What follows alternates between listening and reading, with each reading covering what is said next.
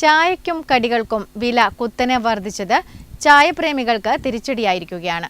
ഗ്യാസിന്റെ വിലവർദ്ധനവാണ് കാരണമായി പറയുന്നത്. ചായയ്ക്ക് 15 രൂപ വരെ ഈടാക്കുന്ന ഹോട്ടലുകൾ ധാരാളമായുണ്ട്. ചായയ്ക്കും ജനപ്രിയ കടികൾക്കും വില കുത്തനെ വർദ്ധിച്ചത് ചായപ്രേമികൾക്ക് തിരിച്ചടിയായിരിക്കുകയാണ്. ഗ്യാസിന്റെ വിലവർദ്ധനവാണ് കാരണമായി പറയുന്നത്. ചായയ്ക്കും ജനപ്രിയ കടികൾക്കും 15 രൂപ വരെ ഈടാക്കുന്നവർ ധാരാളമുണ്ട്.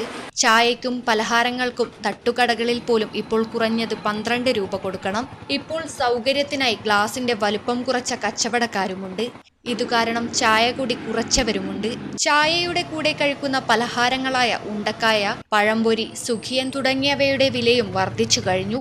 ഗ്യാസിന്റെ വിലക്കയറ്റമാണ് കാരണമെങ്കിലും ഗ്യാസിന്റെ വില കുറഞ്ഞാൽ വർദ്ധിപ്പിച്ച വില കുറയ്ക്കാറുമില്ല എന്നതാണ് നാളിതുവരെ കണ്ടുവരുന്നത്.